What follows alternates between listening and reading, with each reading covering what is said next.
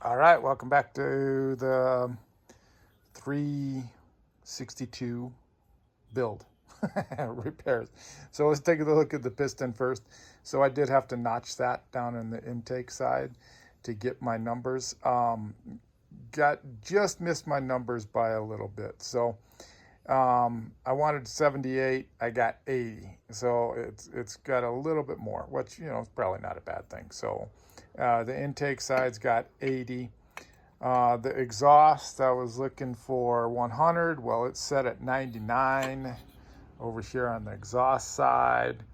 You can kind of see that, and I did kind of open that up a little bit. So 99 on the exhaust, and then inside on the transfers, you can kind of see how I got them. We had to move those. Let's get them in here. Had to move those a little bit.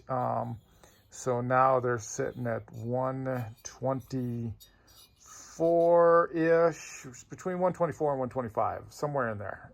It's right in that range. It's like, I don't have a digital dial gauge, but that's what it is. So let's look at a little bit on the intake side there. And as you can kind of see, my texture on this is using a diamond, but I got a rougher diamond set, and it's I think sitting at either 60 or 80 grit. So it's not like the 120 grit diamonds that are a little bit more fine. This one's kind of coarse and rough. So maybe that's enough texture in there for micro texturing to see how the air flows on there. So that's what we kind of got for the cylinder. It cleaned up rather nice, honed up really nice. The only mark and blemish, and I'm not sure if you can see that down in here if I can get the light just right, there is a mark right there. There it is. You can feel it a little bit, but it is so slight that I really don't think it's going to mess with this build whatsoever, and you're going to lose a whole lot. So anyways, there's a look, because everybody likes to look at the finished product at least a little bit before we put this back together. And so I will stop it here and hopefully add the together and running this here soon. Well, it's the moment of truth now. We got it back together. 362. It is an M-tronic version of it. Let's go ahead. I did put a 3/4 inch hole and deflector there, and I opened up this stock size as well. It probably would do better with the 2 1-inch pipes or 2 3/4 inch pipes, but I want this to be a working saw as well. And so that's why it does have some screens in there, so I'm losing a little restriction. Went through the tuning, so the relearning on the M-tronics, hopefully it took.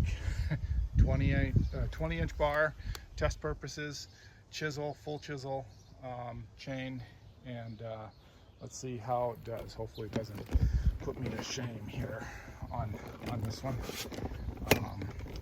Sounds crispy. Just undoing the legs. Sorry about that, guys, for shaking you around. Well, let's get on to the wart of a test log there, and we'll see how it does. So let's move you up just a shade. There we are.